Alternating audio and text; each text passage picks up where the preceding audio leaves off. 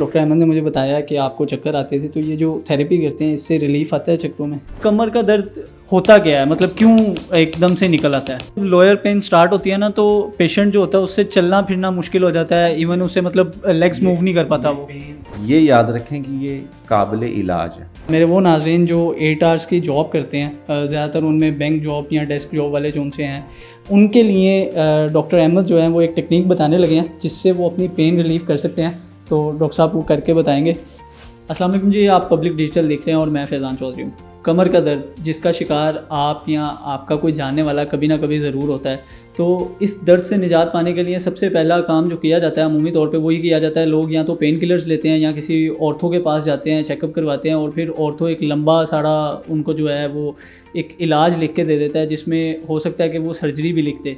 तो क्या ये दर्द जो है बग़ैर किसी दवा के और बग़ैर किसी सर्जरी के पॉसिबल है? तो इसका जवाब है हाँ, क्योंकि मैं आज आपकी मुलाकात एक स्पाइन मास्टर से करवाने जा रहा हूँ। डॉक्टर अहमद साहब मेरे साथ इस वक्त मौजूद भी हैं, उनसे मैं बात करूँगा और आपको बताऊँगा कि किस तरह ये जो कमर का दर्द है बग़ैर किसी सर्जरी के, बग़ैर किसी मेडिसिन के ठीक हो सकता है। और एक वर्ड हम जो बड़ा कॉमनली सुनते आ रहे हैं, शियाटिका, उसका इलाज क्या होता है। तो सर सबसे पहले तो अस्सलाम वालेकुम, आपका बहुत बहुत शुक्रिया, आपने टाइम दिया।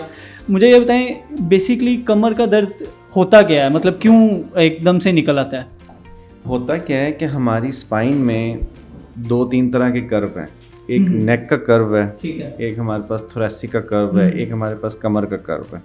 सो इन कर्व्स को कुदरत ने मेंटेन किया होता है। ठीक है। हम नॉर्मल रूटीन लाइफ में जब पॉस्चर मेंटेन नहीं करते तो क्या है कि यहाँ के जो सपोर्टिंग मसल्स हैं जो इन वर्टिब्रेज को होल्ड कर रहे हैं, इधर लगे हुए हैं, ये सब मसल्स टाइट होना शुरू हो जाते हैं, क्योंकि यहाँ ट्रॉमा लगता है, मसल गार्डिंग मैकेनिज्म करती है। तो या तो ये कर्व ज़्यादा आगे हो जाता है या ये कर्व ज़्यादा पीछे होता है। अच्छा। जैसे ये मूवमेंट्स होना शुरू होती हैं तो यहाँ ये डिस्क पड़ी हुई हैं, ये 2 वर्टिब्री के दरमियान एक डिस्क है जो कि हमें मूवमेंट में कुशनिंग इफेक्ट देती है।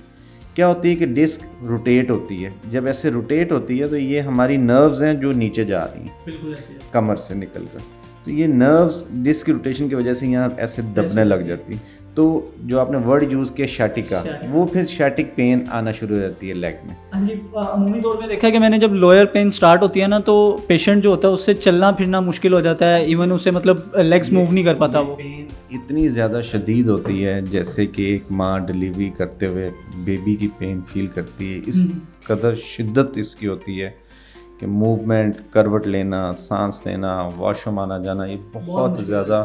बट ये याद रखें कि ये काबिल इलाज है।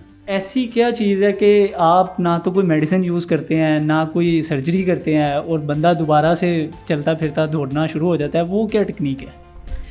मेरी स्पेशलिटी है जी कायरोप्रैक्टिक। ये एक इस्टेब्लिश्ड प्रूवन टेक्निक है। इसमें हम लोग हाथ से जहां आपकी नर्व कंप्रेस हो रही होती है उसकी रीअलाइनमेंट करते हैं, नर्व का प्रेशर रिलीज करते हैं। सर बहुत बड़े बड़े नाम भी आपके पास आते हैं, पहले तो नाज़रीन को कोई 1-2 नाम और उनकी कोई मज़े की जो है वो बात बता दें कि वो आपके पास इलाज के लिए आए थे और किस दर्द की वजह से आए थे। हमारे पास बहुत सारे पेशेंट्स आते हैं, बट चूँकि पेशेंट कॉन्फिडेंशियल होता है तो इसलिए जिन्होंने मेरे साथ तस्वीरें ली हैं, जिन्होंने मेरे साथ रिव्यूज़ शेयर किए हैं, उनमें से एक नबील भाई हैं। नबील भाई वो बुलबुले वाले? जी, नुमान इजाज साहब हैं। जिस तरह हमने लास्ट टाइम एक लाइव सेशन किया था, इस बार भी आपको लाइव दिखाएंगे कि स्पाइन मास्टर डॉक्टर अहमद जो हैं वो ट्रीटमेंट किस तरह करते हैं और उससे दर्द में कितना रिलीफ मिलता है।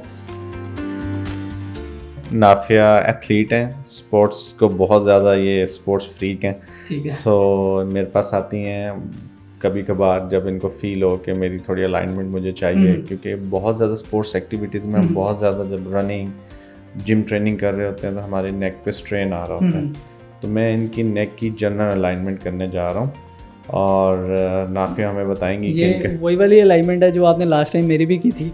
हाँ जी जी बिल्कुल बिल्कुल। अच्छा नाफिया, मुझे ये बताएं आपको कब फील होता है कि आपकी बॉडी को अलाइनमेंट की ज़रूरत है, मतलब एक स्पोर्ट्समैन को कितनी देर बाद अलाइनमेंट के लिए चले जाना चाहिए किसी भी कायरो के पास?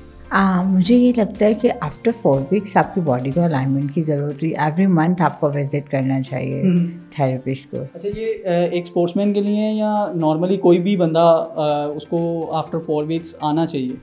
नॉर्मली मेरे ख्याल से जिसकी इस तरह हेल्दी एक्टिविटीज़ हैं, स्पोर्ट्स एक्टिविटीज़ हैं, हर इंसान को आना चाहिए। आफ्टर 4 वीक्स मंथली आपको चेकअप्स करने चाहिए, मंथली विजिट्स होने चाहिए डॉक्टर के अच्छा, पास। ये जो नेक की ट्रीटमेंट करने लगे हैं, ये आपने पहले भी करवाई है? जी, पहले भी करवाई है। मतलब एक दफ़ा देख लें, मेरी भी की थी। मैं डर गया था कि पता नहीं गर्दन वापस भी आती है कि नहीं। आपको कोई टेंशन तो नहीं? मुझे मेरे डॉक्टर पे पूरा यकीन है, वो कुछ भी नहीं होने देंगे। ले जी डॉक्टर साहब, आप पे पूरा यकीन है तो अब आप करें। ये नेक अलाइनमेंट की जाने लगी है। इससे बेनिफिट क्या होगा ये अलाइनमेंट के बाद मैं आपको बताऊंगा। तो ये अब अलाइनमेंट कर रहे हैं। नेक रिलीज करना है, रिलैक्स।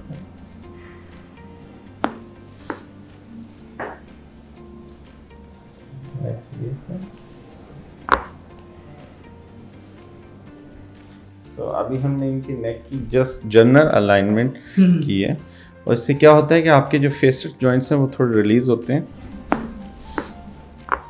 सर ये अब आप क्या ट्रीट कर रहे हैं? ये बेसिकली इन्होंने मुझे हिस्ट्री दी कि कभी कभार जब बहुत ज़्यादा एग्जर्शन कर लेती हैं तो इनको वंस इन अ वाइल, कभी एक महीने में थोड़ा सा इनको नॉसियस फीलिंग होती है, चक्कर आता है। तो बेसिकली मैं इनका C2-3 के लेवल पे एडजस्टमेंट करने जा रहा हूँ, जिसकी वजह से इनको जो प्रॉब्लम आ रही है, मसल जब बहुत ज़्यादा लॉक होता है तो वो कॉलम को एकदम शंट करता है। मतलब जिनको रेगुलरली चक्कर आते हैं वो भी आपसे जो उनसे वो कंसल्ट ज़रूर करें। बिल्कुल बिल्कुल। तो ये अब करने लगे हैं। फिर उसके बाद नाफिया से पूछेंगे क्या इससे रिलीफ मिला भी है या नहीं।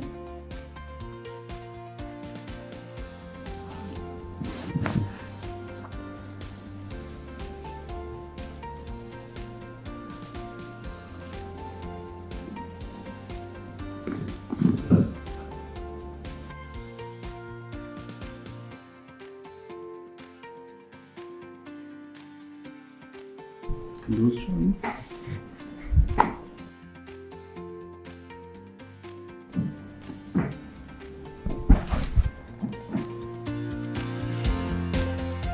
अच्छा नाफिया, जिस तरह डॉक्टर अहमद ने मुझे बताया कि आपको चक्कर आते थे, तो ये जो थेरेपी करते हैं इससे रिलीफ आता है चक्करों में?